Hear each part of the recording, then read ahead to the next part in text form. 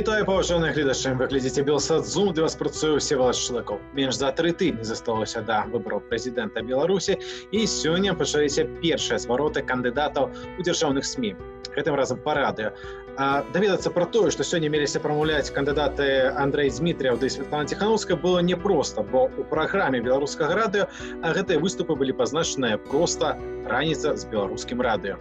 Але казалі на гэтым ранішніку пра цалкам сур'ёзныя рэчы. Вось пара цытатаў з выступаў абодвух кандидатов. Этим летом людей начали хватать на улицах. И даже не за то, что они вышли на какой-то митинг или демонстрацию с лозунгами и призывами. Их начали хватать просто за то, что они стояли в очереди. Хотели своей подписью поддержать выдвижение претендентов. А теперь хватает уже за то, что хочешь подать жалобу в ЦИК на очевидные нарушения. Так на что рассчитывает теперешняя власть? Неужели действующий президент рассчитывает, что, избивая людей дубинками, кидая за решетку, выписывая им штрафы, он заставит людей себя любить? Он что, действительно думает, что насилием, нахрапом, хамством и постоянным враньем можно решить проблемы в экономике, к которым он сам же и привел нашу страну? Калі Лукашенко ёсць куды пайсці на адпачынак, то краіне, нам з вами няма куды сыходзіць. Яшчэ 5 гадоў, як цяпер, і гэта будзе катастрофа. І паломаныя лёсы людзей. Улада спрабуе зараз выбіць глебу пад нагамі ў тых, хто хоча пераменаў. Яна не жадае заўважаць людзей і наш выбар. Гэтая кампанія ўжо ператварылася ў супрацьстаянне, стала абуральнай па колькасці палітычных арыштаў, затрыманняў. На сённяшні дзень больш за 700 чалавек ужо затрыманы па палітычных матывах. Ціск на апанентаў неверагодны. Кандыдаты ў прэзідэнты, сябры іх каманд, блогеры, палітыкі сядзяць у турмах. Каля 7000 чалавек сабраў пікет аб'яднаных штабоў Святланы Ціханаўскай, Валерыя Цапкала ды Віктара Бабарыка. І самыя арганізатары, мы і калегі з іншых незалежных СМІ намагаліся учора ладзіць стрым ці відэазлучэнне за месца падзеяў, аднак выглядае на тое, што нас усіх актыўна глушылі. Не менш, маем відэа нарэшце ўражанні прысутных. Давайте паглядзім, як выглядаў першы пікет на падтрыманне Святланы Ціханаўскай у Менску. Вероника Цепкала, Мария Колесникова и кандидат в президенты Республики Беларусь Светлана Тихановская.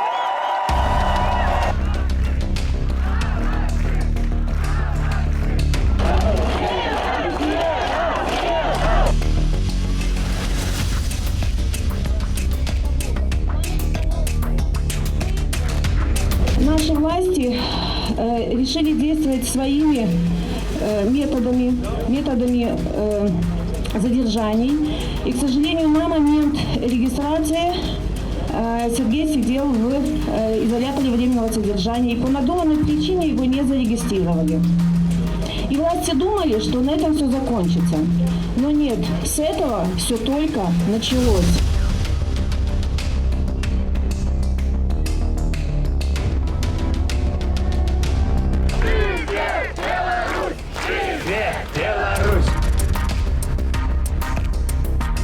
Самое главное, мне хочется добиться сменяемости власти. Я верю в то, что когда есть конкуренция власти, то каждый новый президент, новый хозяин, он всегда стремится что-то улучшить.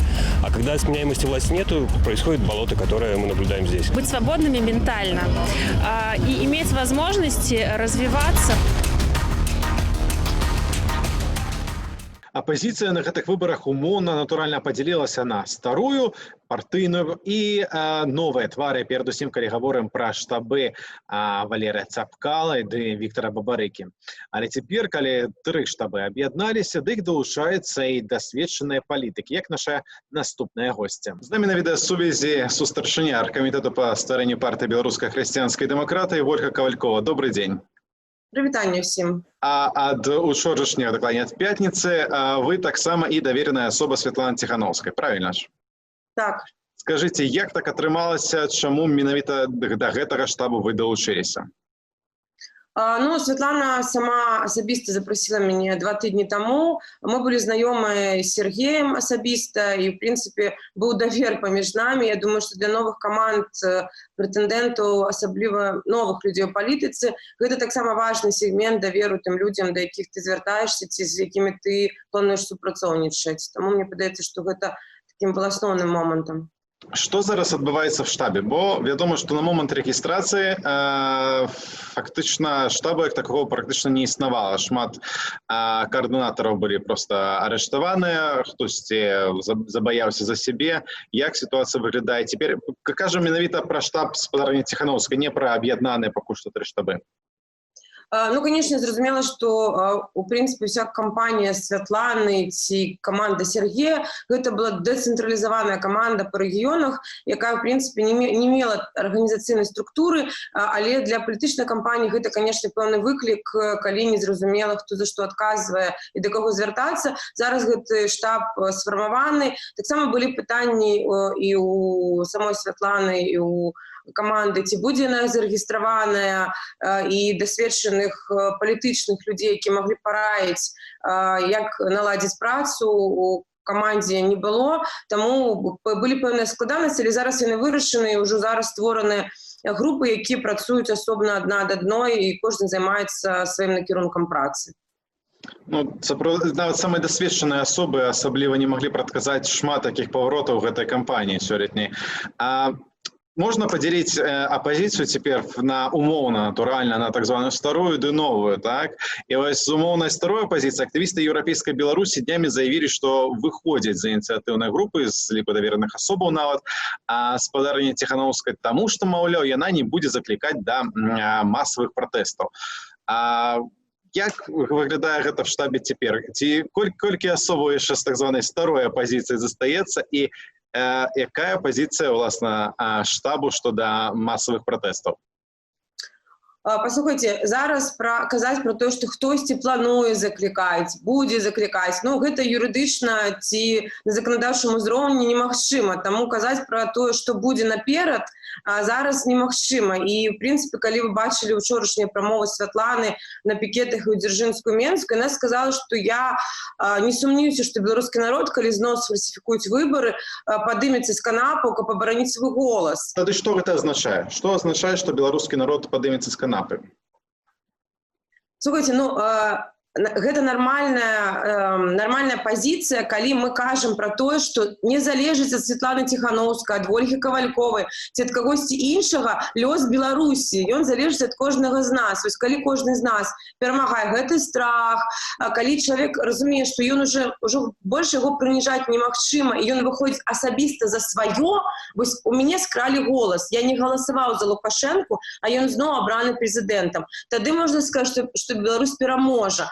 А колькі людзей будзе гатовыя абараняць сябе асабіста, мы паглядзім вось па выніках гэтай кампаніі. Але мы бачым ужо адрозненні, вы таксама бачыце тую колькасць людзей, якая прыходзіць падтрымліваць. Добра, мы ведаем пра 3 штабы. Вядома, што пэўныя размовы з іншымі кандыдатамі, маю на ўвазе перадусім, пэўна, Андрэя Змітрыева ды спадара Сергея Черечня, вядуцца. На якім этапе яны знаходзяцца цяпер? Бо я так разумею, што з Ганнай Канапацкай асабліва вы нават не разважаеце пра тое, ці аб'яднацца ці не. Я могу зараз сказаць пра штаб Святланы. Мы не вядзём перамову ні з кім, акрамя тых, з кім мы аб'ядналіся. То бок нават не плануецца, магчыма, нейкая супраца са штабамі спадароў Дмітрыева і Черечня? Ну, калі такое рашэнне будзе, вы пра гэта даведаецеся, але я вам кажу на сённяшні момант, што перамоваў ніякіх няма. Зразумела. А рэшта так званай старой партыйнай апазіцыі. Ці мы бачым кагосьці ў шэрагах вось гэтых 3 аб'яднаных штабоў? Паслухайце, канешне, ёсць актывісты, шмат людзей, якія нават яшчэ на этапе збора подпісаў з камандаў дэмакратычнай апазіцыі далучыліся да камандаў тых людзей, там і Валера Цыпкалы, і Віктора Бабарыкі, і Святланы Ціханаўскай. Таму тут казаць, што там старая, калі можна так казаць, апазіцыя не ўдзельнічае, гэта будзе неправільна. Тое ж самае тычыцца, напрыклад, я думаю, і лідараў палітычных партый. Кожны робіць выбар для сябе. Я для сябе свой выбор зрабіла. Я не ведаю, не могу казаць за астатніх. Я ведаю, што давераных асобах Святланы Ціханаўскай таксама Мікалай Казлоў. Таму тут тыя людзі, якім ёсць давер і ў самім штабе, які хочуць, в прынцыпе, усе адкрытыя. Няма такого, хочаш, прыходзь і дапамагай, рабі нейкі кавалак працы са сваім досведам, тое, што адбываецца ў нас. Таму мы ўсіх заклікаем, калі хтосьці гатовы дапамагаць, працы хапае. Так, нагадаем, што ў 2010 годзе пратэсты былі гвалтоўна заціснутыя, прычым усе лідары апазіцыі заявлялі, што ў кожнага з іх ёсць свой план. Кожнага з іх ёсць свой план на плошчы, які па выніку, скажем так, як мінімум не быў рэалізаваны. Спадзяемся, што ў гэтым годзе і гвалтоўнай рэакцыі было б выдатна, каб не было, і што лідарства будзе больш бачнае на вуліцах, калі да такога дойдзе. І вось менавіта для гэтага недастаткова меркавання толькі новых палітычных гульцоў. Тут патрэбна аб'яднанне ўсіх людзей, якія маюць досвед. Я маю на ўвазе наконт вось такой стратэгіі, не толькі, што мы пераможам 9 жніўня, але і што будзе пасля 9 жніўня, каб мы разумелі, што 9 жніўня... Верыце ў перамогу 9 жніўня, што 10 жніўня мы прачнемся в іншай краіне з іншым прэзідэнтам? Слухайте, я веру ў перамогу ў кожную кампанію, у якой я ўдзельнічаю. Без веры ў перамогу немагчыма ўдзельнічаць. Але я таксама дапускаю, што магчыма іншы сцэнар развіцця падзеі. Вось маё меркаванне. Дзякуем вялікім за размову. На жаль, нас трохі падціскае час і мусім з вамі развітацца. Сёння раніцаю моя калега Кацярына Андрэева, якую жорстка затрымалі падчас спантаннай акцыі пратэсту 14 ліпеня, была выкліканая на апытанне ў следчы камітэт. Гаворка ішла пра заведзеную па сутычках таго дня крымінальную справу, і Каця пасля падзялілася ўражаннямі ад гэтай сустрэчы. У мяне запыталі, ці гатовая я прадставіць следчым свой мабільны тэлефон, сваю электроніку. Я адмовілася, ніхто не настойваў. Трэба сказаць, што праходзіў допыт карэктна, ўсё было ветліва, я не адчула ніякага ціску на сябе. Следчая сказала, што цяпер над гэтай справай працуюць фактычна усе следчыя, нават з аналітычных аддзелаў, яны ўсе падцягнутыя да расследавання гэтай справы.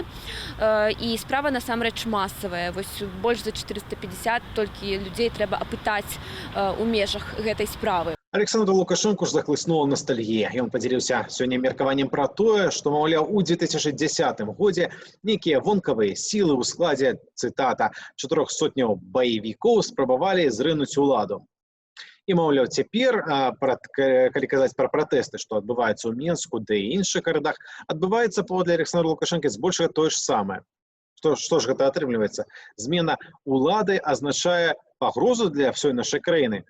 Меркаванні пра гэта ад мінакоў у нашай сталіцы вашай увазе. Шмат разоў выкарыстоўвалася такое, як знешні вораг. Знешні вораг. Гэта і ў Расіі, ЗША знешні вораг, Госдеп. Вось, хтосьці замінае нам жыць, але насамрэч менавіта існуючая ўлада і замінае нам жыць і развівацца нашай краіне. Пускай Лукашенко не волнуется за свою краину, мы ее никому не отдадим и будем сами рулить. Народ будет знать, что кому надо. Будем учиться, как живут за границами, где хорошо кушают дешевые качественные продукты, ездят на хороших машинах, учатся в хороших школах, институтах. Все, мы никому ничего не отдадим, мы будем только стараться, чтобы было хорошо. Конечно, несет.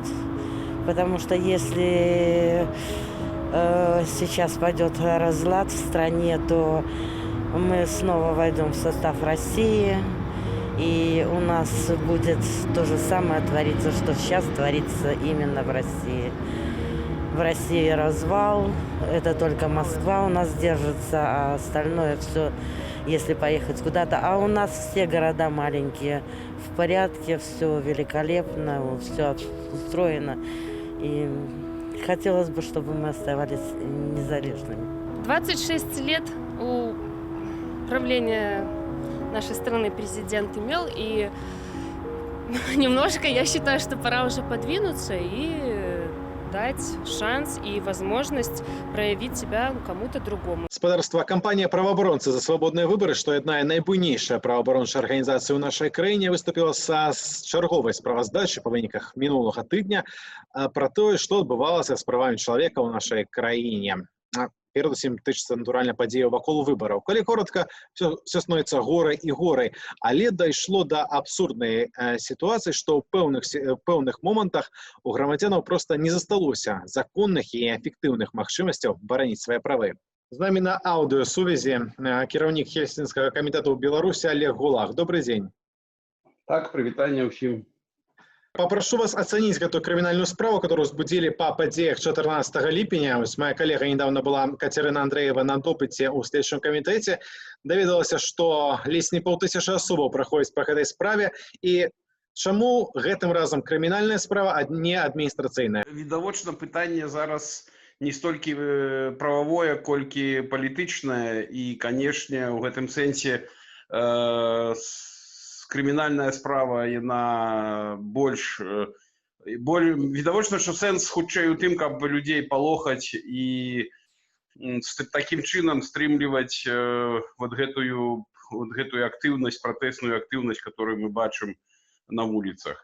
Мы бачым, што нават там сотні чалавек затрыманыя, і гэта не збівае вот эту актыўнасць людзей. Люди выходят на наступны дзень ізноў, і я думаю, што перш за ўсё гэтым тлумачыцца тое, што зараз мы бачым крымінальную справу. Давайте паспрабуем змадэралізаваць сітуацыю, так? Выйшаў я на вуліцу праспацыравацца, магчыма, на пратэст, магчыма, не, праходжу вуліцай, побач з якой адбываецца пратэст. Тут да мяне падбегаюць супрацоўнікі ў форме, на спінах напісана АМАП, і затрымлююць. Кудысьці мяне цягнуць. Нічога не кажуць, яны ж звычайна проста кудысьці цягнуць. Ці гэта законна, ці я маю права чагосьці ад іх патрабаваць, не адштурхоўваць іх, патрабаваць, каб яны прадставіліся прынамсі? Калі я проста іду, і да мяне падляцелі і, прабачце, вяжуць, то гэта, конечно, незаконна. Іншая штука, што вы таксама, ну і важна, каб нашы слухачы разумелі, што вот гэтыя там юрыдычную казуістыку, юрыдычныя нюансы, наколькі што было законна, потым будзе вельмі складана даказваць, калі будзе ўзбуджана крымінальная справа, напрыклад, за тое, што вы там адштурхнули гэтага міліцыянта, а ён упаў і атрымаў нейкія пашкоджанні, гузікі форменныя падвальваліся. Гэта будзе расцэнена ўсё як прымяненне фізічнай сілы да міліцыянта. Калі уявім сабе іншую сітуацыю, напрыклад, міліцыянт не в форме, падбегаюць да мяне малодчыкі в цывільным. Ці я маю права на самаабарону? Людзі павінны разумець, што тое, што бачыш ты, калі да цябе прыбеглі, гэта адно. А як гэта потым патлумачыць і даказаць, што было менавіта так падчас ужо следства там і судовага разбіральніцтва, гэта крыху іншае.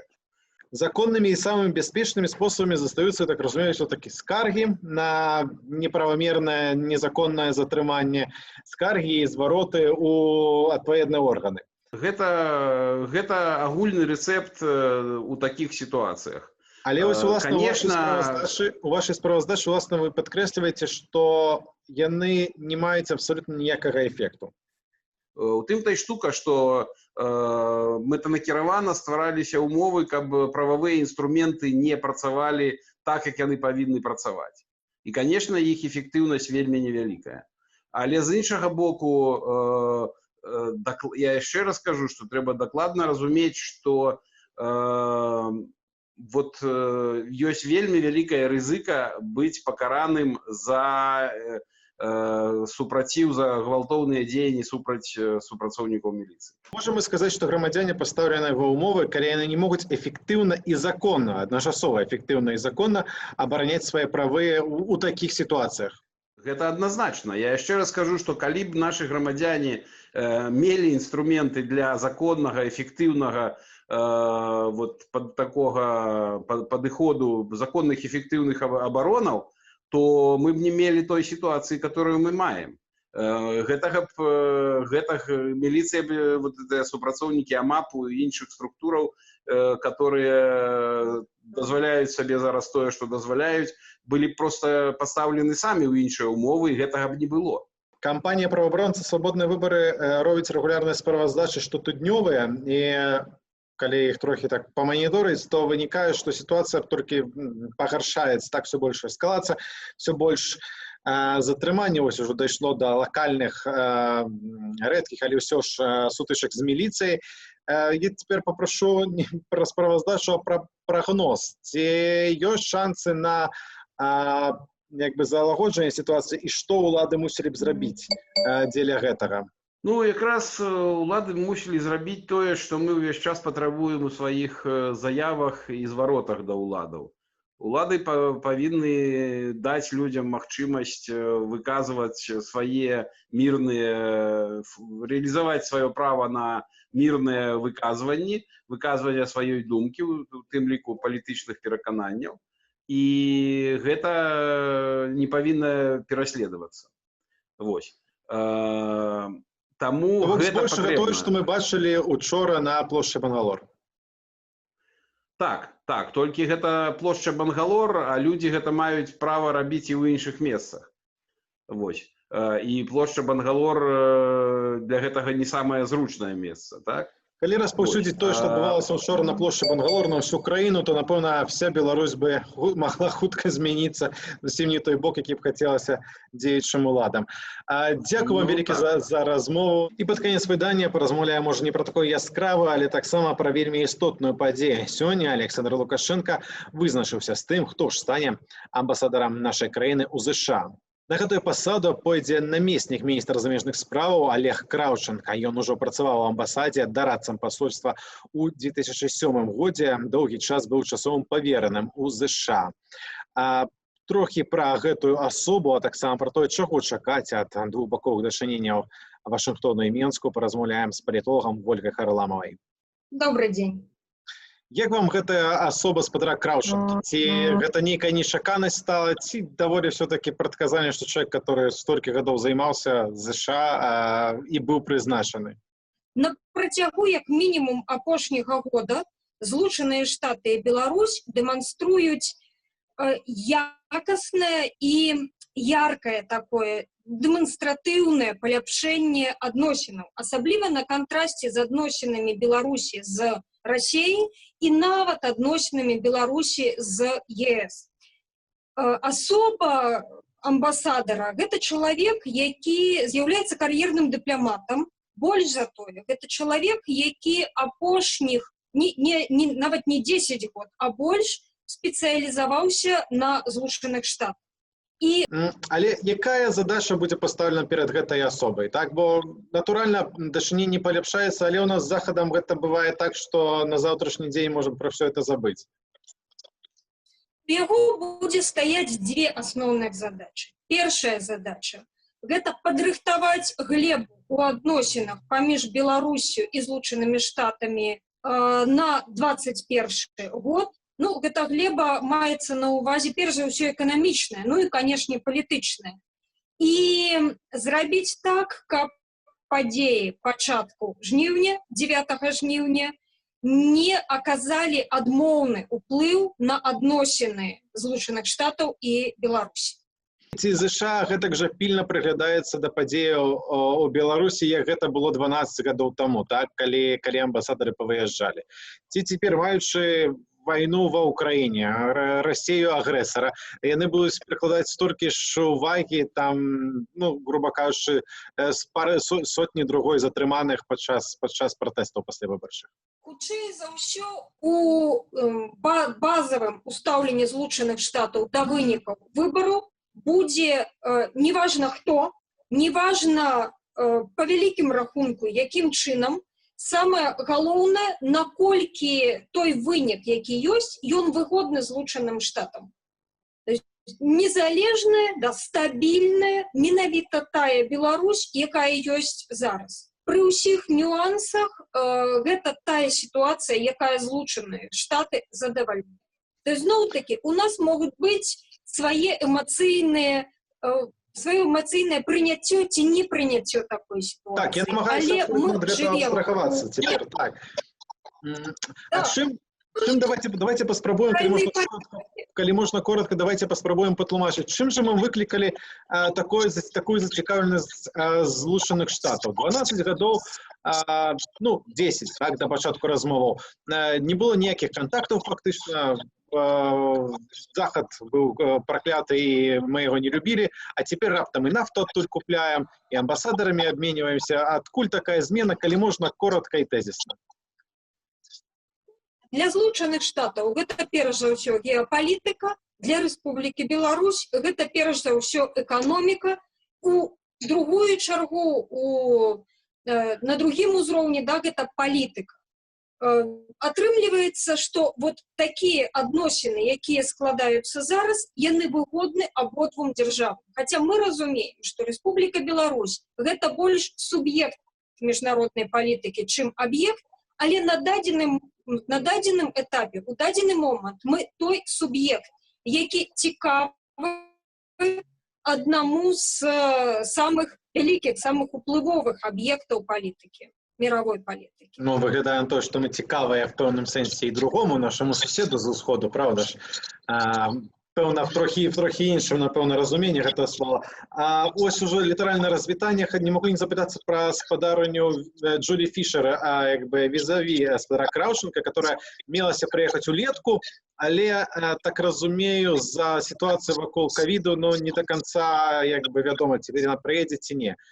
Перадусім в расійскіх СМІ звяртаюць увагу на яе біяграфію. Маўляў, яна працавала і в Грузіі, працавала і в украінскай амбасадзе. Это злучаецца звенья аднаго ланцугу, а ось цяпер яна в Беларусь прыязджае, в которая не хоча ніяк з намі інтэгравацца. Ці ёсць такая пагроза, калі яна прыедзе, ці будзе такая пагроза нейкая паходзіць з амерыканскай амбасады?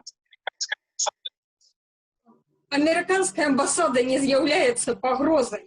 І калі мы кажам пра асобу магчымага амерыканскага амбасадара, мы бачым, што, в прынцыпе, гэта раўнавартасныя фігуры з асобай будучага беларускага амбасадара ў Злучаных Штатах. Гэта чалавек, які таксама разбіраецца ў рэгіянальнай сітуацыі, разбіраецца ва умоўнай постсавецкай сітуацыі. Таму для яе і сітуацыя і з Расіяй, і з Украінай, і адносіны Беларусі з тымі ж самымі краінамі Балтыі, для яе не будзе гэта чымсьці новым, нечаканым, для яе не патрэбны будзе час, вялікі час для таго, каб пачаць арыентавацца ў беларускай сітуацыі.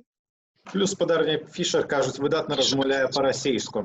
Што ж, мы будзем чакаць яе на прыезду, абмену амбасадарамі. Беларуску. Можа так, можа навучыцца размаўляць і па-беларуску. Дзякуй вялікі за размову. І гэта ўвесь час, што ў нас быў сёння. Для вас працаваў Всевалад Шлыкаў. Заставайцеся з Белсатам.